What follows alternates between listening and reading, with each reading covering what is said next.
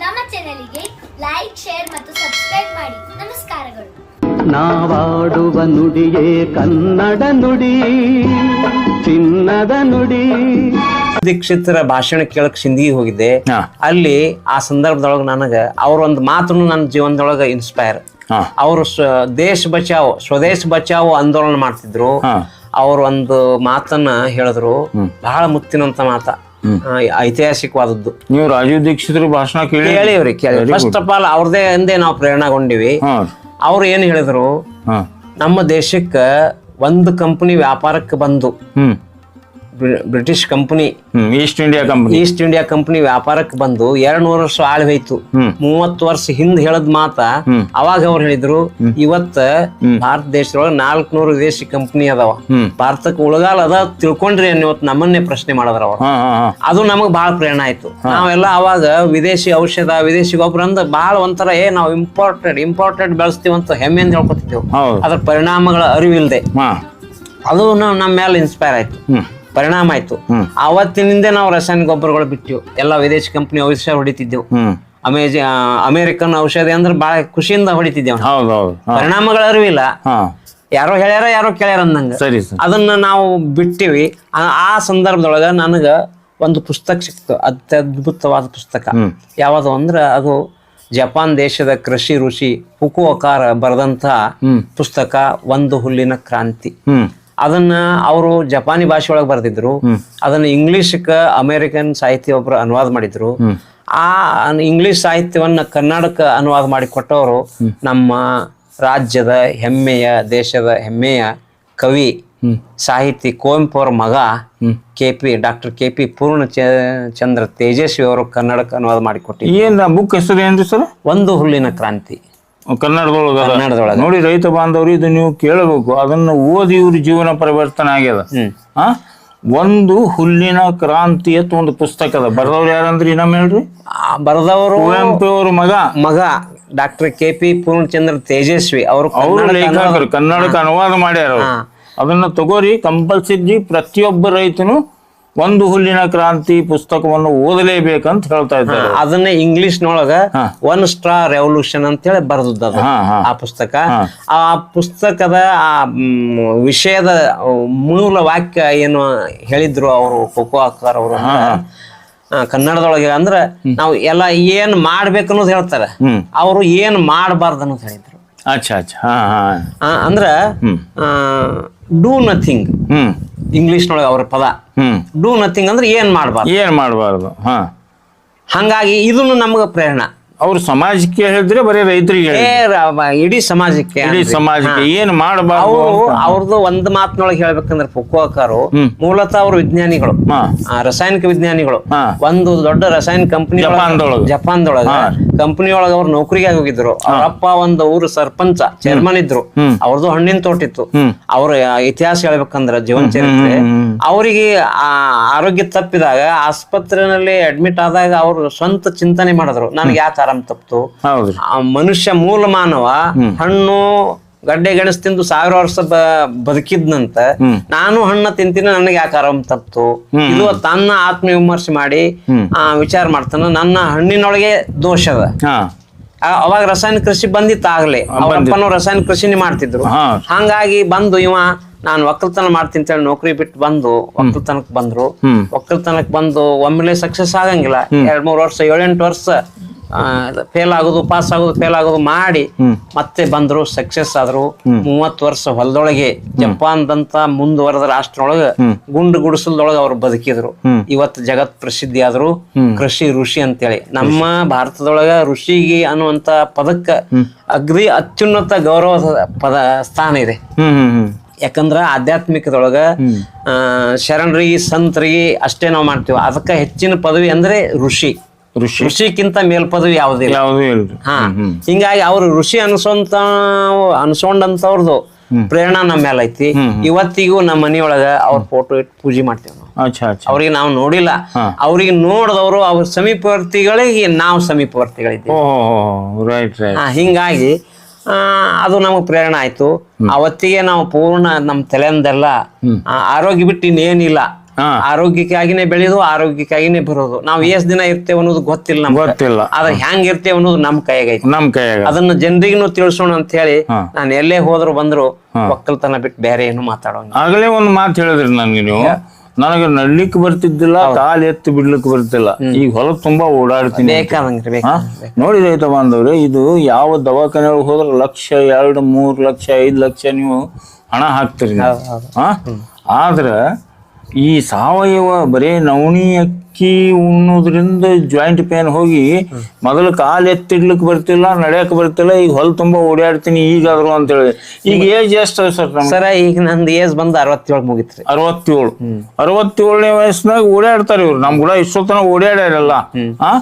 ಈಗ ನೋಡಿ, ಇವ್ರು ಕಾಲು ಎತ್ತಿಡಕ್ ಬರ್ತಿಲ್ಲ, ಇದನ್ನ ತೆಳಗ್ ಇಟ್ಕೋರಿ ನೀವು. ಸಾವಯವ ಯಾಕೆ ಬೆಳಿಬೇಕು? ಯಾಕೆ ಹಿಂದಿನ ಬೆಳೆಗಳನ್ನ ನವಣಕ್ಕಿ, ಪುಂಡಿ, ಈ ಪುಂಡಿ ಎಣ್ಣೆ ತೋರಿಸಿದೆ ನಿಮಗ, ಇದನ್ನ ಉಣ್ಬೇಕು. ಯಾಕ? ಅದರಿಂದ 1 ಕಿಲೋ ಪುಂಡಿ ಎಣ್ಣೆ 1 ಕಿಲೋ ನಿಮಗ ಇದು ಏನು ತುಪ್ಪ ತಂದಂಗ. ಅದ ನಾ ನಿಮ್ಗೆ ಆಗ್ಲೇ ಅದ್ರ ಸ್ಮೆಲ್ ಆಗಿಲ್ಲ ನೋಡಿ ತಮಗೆ ಹೇಳಿದೆ ನಾನು. ಬಹಳ ಅದ್ಭುತ ಅದ ಸಾವಯವದೊಳಗ. ಆದ್ರೆ ಕಲ್ಕೋಬೇಕು, ನೀವು ಮಾಡಬೇಕು, ನೀವು ಪಣ ತೊಡಬೇಕು. ನಾನು ಸಾವಯವನೇ ಮಾಡ್ತೀನಿ ಅಂತ ಹೇಳಿ.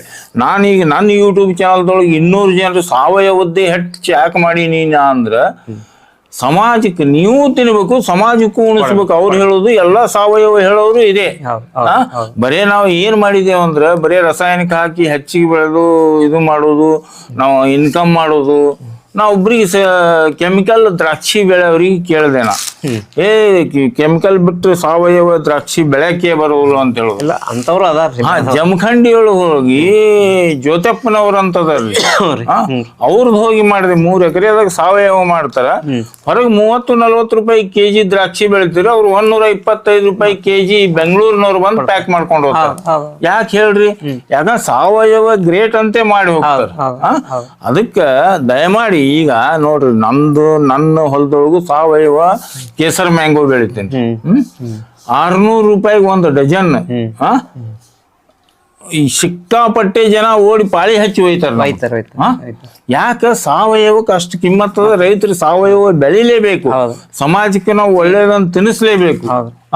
ಒಂದು ವೇಳೆ ನಮ್ಮ ಮಾವಿನ ಹಣ್ಣು ಯಾವ ತಿಂತಾರೆ, ಕೇಸರ ಮಾವಿನ ಹಣ್ಣ, ಮತ್ತೊಂದು ಮಾರ್ಕೆಟ್ ನ ಹೋಗಿ ಮಾವಿನ ಹಣ್ಣು ಖರೀದಿ ಮಾಡೋದು ಅಷ್ಟು ಡಿಮಾಂಡ್ ಅದ. ಅದಕ್ಕೆ ರೈತರಿಗೆ ರಿಕ್ವೆಸ್ಟ್ ಮಾಡೋದೇನು, ಸಾವಯವನೇ ಬೆಳೆಸಬೇಕು. ಸರ್, ಇದು ಏನ್ರಿ ಹಸಿರು ಹಾದಿಯ ಕೃಷಿಕರು, ಇದು ಏನಿದು? ಇದು ವಿಶೇಷವಾಗಿ ಅದ ಹೇಳ್ಬೇಕು. ಬರೆದವ್ರು ಯಾರಪ್ಪ ಅಂದ್ರ ಸುಕನ್ಯಾ ಸೂನಗಹಳ್ಳಿ. ಎಲ್ಲಿಯವ್ರು? ಸೂನಗಹಳ್ಳಿ ಅಂತ ಹೇಳಿ ಡಾಕ್ಟರ್ ಸುಕನ್ಯಾ ಸೂನಗಹಳ್ಳಿ. ವಿಜ್ಞಾನಿಗಳು, ಸಸ್ಯಶಾಸ್ತ್ರದ ವಿಜ್ಞಾನಿಗಳು. ಎಲ್ಲಿ ಇರ್ತಾರೆ ಇವರು? ಆಫ್ರಿಕಾದೊಳಗೆ ಇರ್ತಾರ್ರಿ. ಇವ್ರು ಆಫ್ರಿಕಾದೊಳಗೆ ಇರ್ತಾರೆ, ಇದ್ಕೊಂಡು ಪುಸ್ತಕ ಬರೆದಾರ ನೋಡ್ರಿ. ಅದ್ರೊಳಗ ಅವ್ರ ಫೋಟೋನ ತೋರಿಸ್ತೀನಿ ನಿಮ್ಗ. ಆಫ್ರಿಕಾದೊಳಗೆ ಇರ್ತಾರ ಇವ್ರು. ಸರಿ. ಅದ್ರೊಳಗೆ 16 ಮಂದಿ ಆದರ್ಶ ರೈತರನ್ನ ಗುರ್ತಿಸಿದಾರೆ. ಅದ್ರೊಳಗೆ ನಂದು ಗುರ್ತಿಸಿದಾರೆ. ನಿಮ್ದು ಇಲ್ಲಿ ಬಂದಿದ್ರಿ? ಇಲ್ರಿ, ಅವ್ರ ಫೋನ್ದಾಗೆ ಇದು ಮಾಡಿದ್ರು, ಮಾಹಿತಿ ಕೊಟ್ಟಿನ. ವಿಶೇಷವಾಗಿ ಹೇಳ್ಬೇಕಂದ್ರ ಅಲ್ಲಿದ್ಕೊಂಡು ನಾನು ಮಾಹಿತಿ, ಅದಕ್ಕ ಮೊದಲ ನಮ್ಮ ವಿಜ್ಞಾನಿಗಳು ಧಾರವಾಡ ಅಗ್ರಿ ಯೂನಿವರ್ಸಿಟಿಯಿಂದ ಹೋದ ವರ್ಷ ನಮ್ಮ ಹೊಲಕ್ ಬಂದು ಇಲ್ಲೆಲ್ಲ ಮತ್ತೆ ನಿಮ್ ತರ ಅವರು ಎಲ್ಲ ಸರ್ಚ್ ಮಾಡ್ಕೊಂಡು ಹೋಗಿ, ಅವರು ದೆಹಲಿ ಪತ್ರಿಕೆ ಕೃಷಿ ಭಾರತ ಅಂತ ಒಂದು ಬರ್ತೈತಿ, ಅದ್ರೊಳಗೆ ಅವ್ರ ಲೇಖನ. ಕೃಷಿ ಭಾರತ ಇಲ್ಲ, ಇದು ಅಲ್ರಿ, ಇನ್ನೊಂದೈತಿ ಕೃಷಿ ಜಾಗರಣ ಅಂತ. ಕೃಷಿ ಜಾಗರಣ ದೆಹಲಿಯಿಂದ ಬರ್ತದ. ಭಾರತದ ಎಲ್ಲಾ ಭಾಷೆಯೊಳಗ ಅದು ಪ್ರಕಟ ಆಗ್ತದ. ಆ ಪತ್ರಿಕೆಯೊಳಗ ನಾನು ಲೇಖನ ಬರ್ತಾರ ಅವರು, ನಮ್ಮ ವಿಜ್ಞಾನಿಗಳು. ಅದ್ರೊಳಗ ಹೊಲಿಗೆ ಕಾಯಕದೊಂದಿಗೆ ಕೃಷಿಯಲ್ಲಿ ನಿರತ ಮಲ್ಲೇಶಪ್ಪ ಕಲ್ಯಾಣ್ ಶೆಟ್ಟಿ ಅಂತ ಅವ್ರು ಬರ್ತಿದ್ರು. ಅದನ್ನ ಫೇಸ್ಬುಕ್ಗೆ ಹಾಕಿದ್ರು ಅವ್ರು. ಹಂಗೆ ಅದು ಫೇಸ್ಬುಕ್ ಜಗತ್ತಿನ ತುಂಬಾ ಹೋಯ್ತು. ಅವ್ರು ನನ್ಗೆ ಆಫ್ರಿಕಾದಿಂದ ಫೋನ್ ಹಚ್ಚಿದ್ರು. ಅವ್ರು ಹೇಳಿದ್ರು ನಾನು ಆಫ್ರಿಕಾದಿಂದ ಮಾತಾಡ್ತೀನಿ ಅಂತಂದ್ರು. ನನಗ ಸೋಜಿಗೆ ಅನಿಸ್ತು, ಕನ್ನಡದಾಗರೆ ಮಾತಾಡ್ತಾರ, ಆಫ್ರಿಕಾದಿಂದ ಹೆಂಗ ಇದು? ಮೊಟ್ಟ ಮೊದಲೇ ಹೌದು ನಾವು ಕರ್ನಾಟಕದವರೇ, ಇಲ್ಲಿ ಯೂನಿವರ್ಸಿಟಿ ಒಳಗೆ ನಾವು ಸೈಂಟಿಸ್ಟ್ ಆಗಿದ್ದೇವೆ ಅಂತ ಹೇಳಿದ್ರು ಅವ್ರು. ನಿಮ್ಮ ಲೇಖನ ನಾ ಇಂಥ ಪತ್ರಿಕೆ ಒಳಗೆ ಓದ್ದೆ, ನಾನು ಇಲ್ಲಿ ಪುಸ್ತಕ ಒಂದು ಬರೀಲಿಕ್ಕತ್ತೀನಿ, ಅದ್ರೊಳಗೆ ನಿಮ್ಮದು ಇನ್ನೊಂದಿಷ್ಟು ಮಾಹಿತಿ ನಿಮ್ಮ ಹೊಲದಾಗಿನ ಕಾಯಕದ ಫೋಟೋ ವಗೇರೆ ಬೆಳೆ ಚಿತ್ರ ಕಳಿಸಿದ್ರಿ ಅಂದ್ರೆ ನಾ ಇಲ್ಲಿ ನಿಮ್ ಲೇಖನ ಹಾಕ್ತೀನಿ ಅಂತ ಹೇಳಿದ್ರು ಅವ್ರು. ಆಯ್ತು ಅಂತ ಹೇಳಿ ಒಂದು 10 ಪುಟ ಲೇಖನ ಬರೋದು ನನ್ಗೆ ಬುದ್ಧಿಗೆ ನೆಲಕದಷ್ಟು ಅವ್ರಿಗೆ ಕಳಿಸ್ದೆ. ಅವ್ರು ಅದ್ರೊಳಗೆ ಹಾಕಿದ್ರು ಆ ಪತ್ರಿಕೆದೊಳಗೆ. ಫಸ್ಟ್ ಲೇಖನ ನಂದು ಹಾಕ್ಯಾರ ಅವ್ರು. ಅದು ಒಂದು ನಿಮ್ದೇ.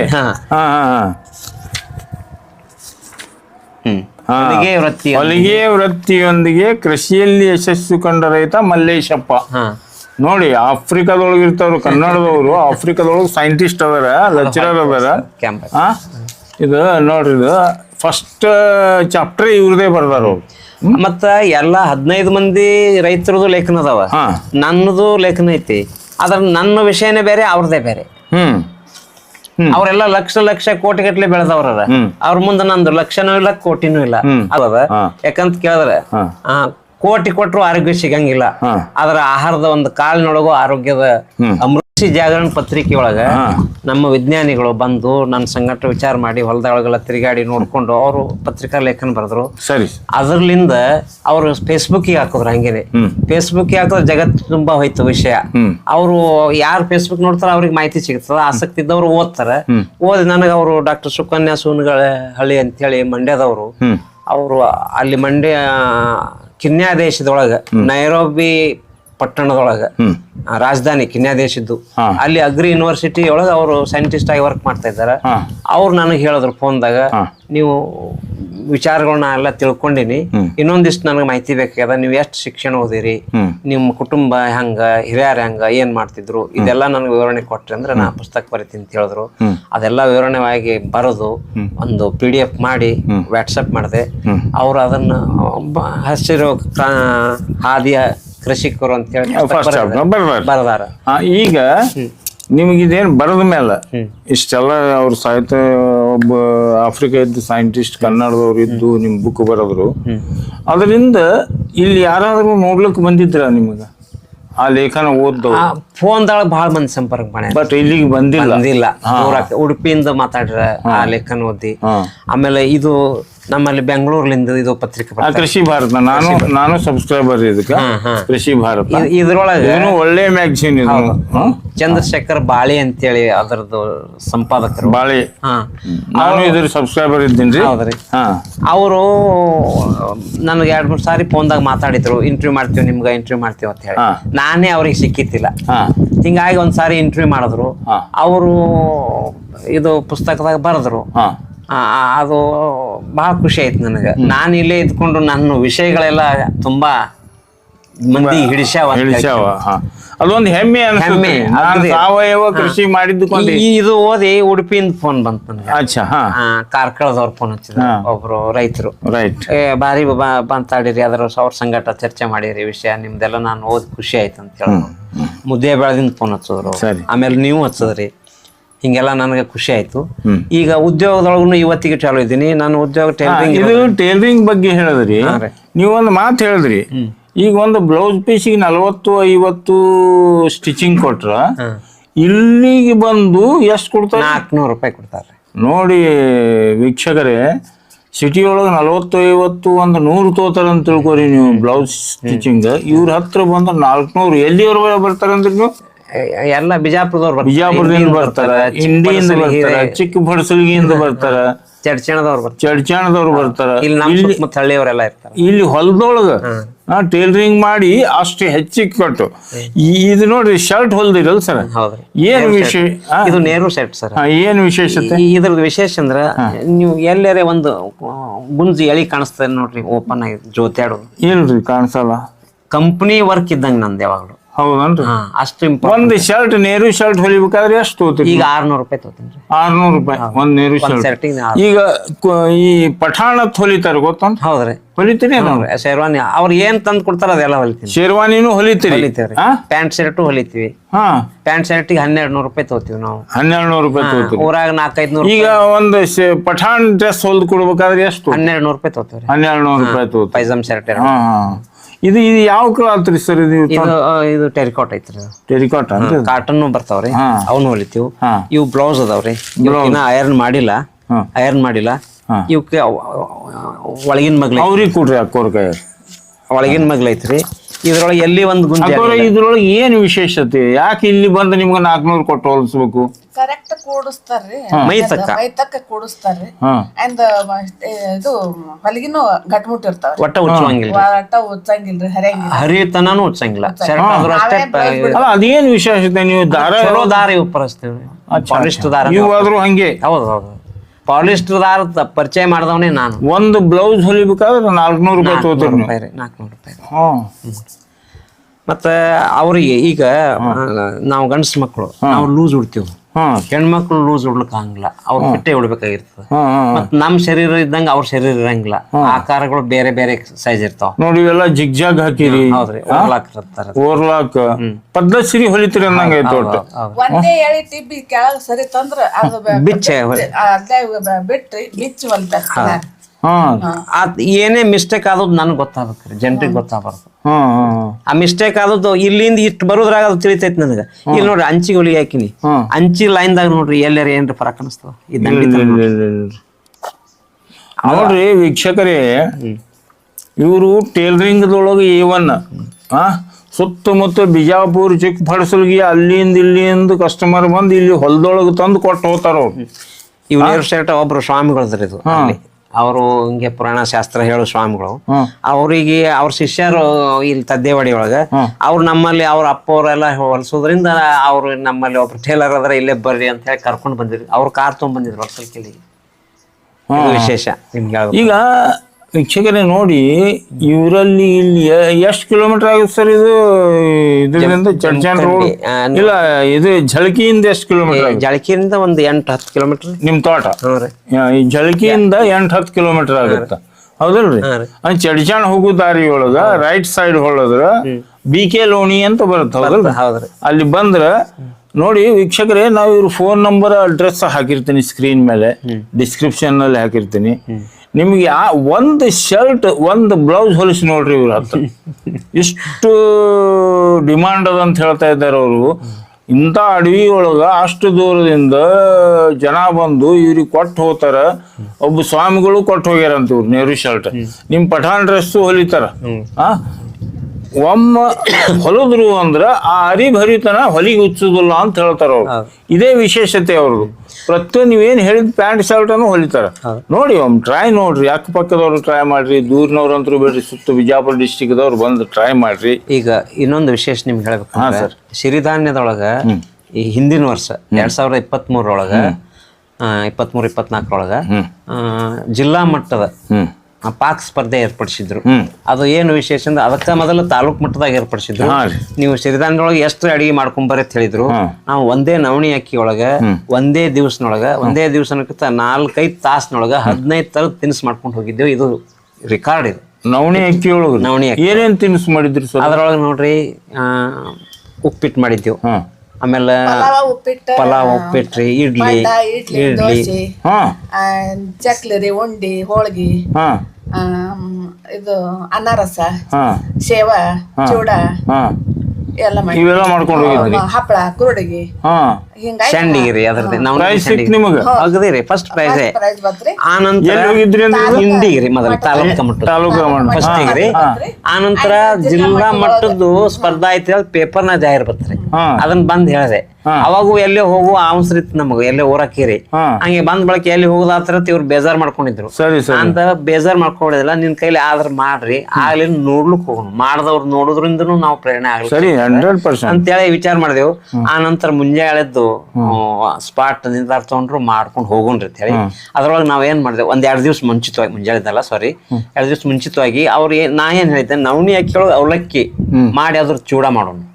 ಅವಲಕ್ಕಿ ಮಾಡಿ ಚೂಡ ಮಾಡೋದು. ಅಕ್ಕಿ ಒಳಗ ಅಕ್ಕಿನೇ ಸಣ್ಣ ಕಾಳು ಇರ್ತೈತಿ, ಅದ್ರ ಅವಲಕ್ಕಿ ಮಾಡೋದೊಂದು ಸಾಹಸನೆ. ಅದು 2 ದಿವಸ ಇವ್ರು ಅವಲಕ್ಕಿ ಮಾಡಿದ್ರು. ಹೇಗಂದ್ರೆ ನವಣಿ ಅಕ್ಕಿ ಹೌದ್ರಿ ಎಲ್ಲ ಅವ್ರೆ. ಆನಂತರ ಅದು ಚಪಾತಿ ಲಟ್ಣಿಗೆ ಏನಿರ್ತಲ್ಲ ಅದನ್ನ ತೀಡಿದ್ರ ಅವು ಹಿಗ್ಗಿ ಅವಲಕ್ಕಿ ಆದವು. ಹಾ ಅವನ್ನೆಲ್ಲ ಒಣಗಿಸಿ ಅವು ಫ್ರೈ ಮಾಡಿಕೊಂಡು ಚೂಡ ಮಾಡ್ಕೊಂಡು ಹೋಗಿದ್ವಿ. ಅದ್ರ ಜೊತೆಗೆ ನವಣಿ ಅಕ್ಕಿಯಿಂದ ಮಸಾಲೆ ಸೇವಾ ಮಾಡಿದ್ದೇವ್ರಿ. ಸೇವಾ ಮಾಡಿ ಅದ್ರದ್ದು ಚೂಡ ಮಾಡಿದ್ದೆವು. ಶೇಂಗಾ ಕಾಳ, ಕೊತ್ತಂಬರಿ, ಕರಿಬೇವು, ಜೀರಿಗೆ, ಸಾಸಿವೆ ಎಲ್ಲ ಹಾಕಿ ಅವು ಎರಡೂನು ಅವ್ರಿಗೆ ಖುಷಿ ಪಡ್ತು. ಜಿಲ್ಲಾ ಮಟ್ಟದ ಸ್ಪರ್ಧಾದೊಳಗ ಜಡ್ಜ್ ಆಗಿ ಜಂಟಿ ನಿರ್ದೇಶಕರು ಬಂದಿರು ಕೃಷಿ ಇಲಾಖೆಯಿಂದ. ಅವರು ಸೇವಾಕ್ಕೆ ಫಸ್ಟ್ ಪ್ರೈಸ್ ಕೊಟ್ರು. ಫಸ್ಟ್ ಪ್ರೈಸ್ ಅಂದ್ರೆ 5,000 ರೂಪಾಯಿ ಬಹುಮಾನ. ಅದ್ರ ಜೊತೆಗೆ ರಾಜ್ಯ ಮಟ್ಟದ ಸ್ಪರ್ಧಾಕ್ ಆಯ್ಕೆ ಮಾಡಿದ್ರು. ಬೆಂಗಳೂರಿಗೆ ಹೋದೇವ್ರಿ, ಅಲ್ಲಿ ಹೋಯ್ತು, ಅಲ್ಲಿನೂ ಫಸ್ಟ್ ಬಂದಿದ್ವಿ. ಆ ನಂತರ ನಮಗ ಅಂತಾರಾಷ್ಟ್ರೀಯ ಕೃಷಿ ಮೇಳಕ್ಕೆ ಕರ್ಕೊಂಡು ಹೋದ್ರು. ನಮ್ಮ ತಿನ್ನಿಸೇ ಅಲ್ಲಿ ಬ್ಯಾನರ್ ಹಾಕ್ತಿದ್ರು ಎಂಟ್ರನ್ಸ್ ಗೇಟ್ನೊಳಗ. ಈ ವರ್ಷ 24 ನವಣಕ್ಕೆ ನೋಡಲ್ ನಾಳೆ ನಿನ್ನೆ 5ನೇ ತಾರೀಕು, ಡಿಸೆಂಬರ್ 5ನೇ ತಾರೀಕು ಸ್ಪರ್ಧಾ ಇಟ್ಟಿದ್ರಿ. ಕರ್ಸಿದ್ರು. ಅವ್ರಿಗೆ 3 ವಿಷಯ ಕೊಟ್ಟಿದ್ರು ನಮ್ಗ. ಏನು ಅಂದ್ರ ಸಿರಿಧಾನ್ಯದೊಳಗ ಖಾರ ತಿಂಡಿ ಒಂದು, ಇನ್ನೊಂದು ಸಿಹಿ ತಿಂಡಿ, 3ನೇ ಆಪ್ಷನ್ ಏನು ಅಂದ್ರ ಮರೆತು ಹೋದ ಖಾದ್ಯಗಳು ಅಂತ ಹೇಳಿ. ಅಂತಂದ್ರೆ ಹಿಂದಕ್ಕ ಅವ್ವ ಅಂದಿರು, ಆಯಂದಿರು ಮಾಡ್ತಿರು, ಅಜ್ಜಿ ಅಂದಿರು. ಆ ತಿನ್ಸಿ ಈಗಿನವ್ರ ಹೆಣ್ಮಕ್ಳು ಯಾರು ಮಾಡಂಗಿಲ್ಲ. ಅದ್ರೊಳಗ ಹೆಚ್ಚು ಆರೋಗ್ಯ ಸತ್ತು ಹೋದಂತ ಅವ್ರಿಗೆ ಗೊತ್ತಿತ್ತು ಹಿಂದಿನ ಮಂದಿಗೆ. ಅಂತದನ್ನ ಮಾಡ್ತಿದ್ರು. ಅದನ್ನ ನಾವು ಇವ್ರಿಗೆ ಹೇಳ್ದೆವು, ಸಂಡಿಗೆ ಅಂದ್ರೆ ಬೂದ್ ಕುಂಬಳಕಾಯಿ ಒಳಗೆ ಸಂಡಿಗೆ ಮಾಡೋದು. ಅವರು ಮುಕುಣಿ ಕಾಳು ಸೇರಿಸಿ ಅದ್ರದ್ದು ಪೌಡರ್ ಮಾಡಿ ಸಂಡಿಗೆ ಮಾಡ್ತಿದ್ರು. ಅದ್ರ ಒಣಗಿಸಿ ಪಲ್ಯ ಮಾಡ್ತಿದ್ರು. ಆ ನಂತರ ನಾವೇನ್ ಮಾಡಿದೇವಿ, ಈಗ ನವಣಿ ಅಕ್ಕಿ ಒಳಗ ಆ ಸಂಡಿಗೆ ಬೂದುಗುಂಬಳ ಸೇರಿಸಿ ಸಂಡಿಗೆ ಮಾಡ್ಬೇಕು. ಬೂದುಗುಂಬಳದ ಮಹತ್ವ ಹೇಳ್ಬೇಕು ನಿಮ್ಗ. ಬೂದುಗುಂಬಳ 100 ಕಾಯಿಲೆಗಳಿಗೆ ಔಷಧ ಐತೆ ಅಂತ ಆಯುರ್ವೇದ ತಜ್ಞರು ಹೇಳ್ತಾರ. ಅದನ್ನ ಸೇರಿಸಿ ಅವ್ರು ಆಗ್ಲೇ ಅವ್ರಿಗೆ ನಮ್ಮ ಅವ್ವ ಅಥವಾ ಆಯಿಗೆ ಗೊತ್ತಿತ್ತು, ಅಜ್ಜಿ ಅಂದ್ರಿಗೆ ಆ ಔಷಧ ಗುಣ ಅದ್ರ. ಈಗಿನವ್ರಿಗೆ ಬೂದುಗುಂಬಳದ ಔಷಧ ಗೊತ್ತಿಲ್ಲ, ಗುಣ ಗೊತ್ತಿಲ್ಲ. ಹಂಗಾಗಿ ಅದನ್ನ ಮಾಡೋಣ ಅಂತ ಹೇಳಿ ಇಬ್ರು ಒಬ್ರಿಗೊಬ್ರು ವಿಚಾರ ಮಾಡಿ ಅದು ಸಂಡಿಗೆ ಮಾಡಿದ್ವಿ. ಅದ್ರದ್ದೇ ಪಲ್ಯ ಮಾಡ್ಕೊಂಡು ಅದ್ರ ಸಂಗಟ ಚಪಾತಿ ಮಾಡ್ಕೊಂಡು ಅವ್ರಿಗೆ ಯಾರ್ ಜಡ್ಜ್ ಮಾಡ್ಲಿಕ್ ಬರ್ತಾರ, ನೋಡ್ಲಿಕ್ ಬರ್ತಾರ, ಅವ್ರಿಗೆ ಕೊಟ್ಟಿವಿ. ಆತರ ನಾವು ಈಗ ಮಕ್ಕಳು ಕುರ್ಕುರಿ ತಿಂತಾವ. ಕುರ್ಕುರಿ ಒಳಗೆ ಯಾವ ಆರೋಗ್ಯದ ಲಾಭ ಇಲ್ಲ, ಒಳ್ಳೆ ಹೊರತಾಗಿ ನಾಲಿಗೆ ರುಚಿ ಅಷ್ಟೇ. ನಾವು ಕುರ್ಕುರಿಗೆ ಪರ್ಯಾಯವಾಗಿ ನವಣಿ ಅಕ್ಕಿ ಒಳಗೆ ಸಂಡಿಗೆ ಯಾಕೆ ಮಾಡ್ಬೇಕು?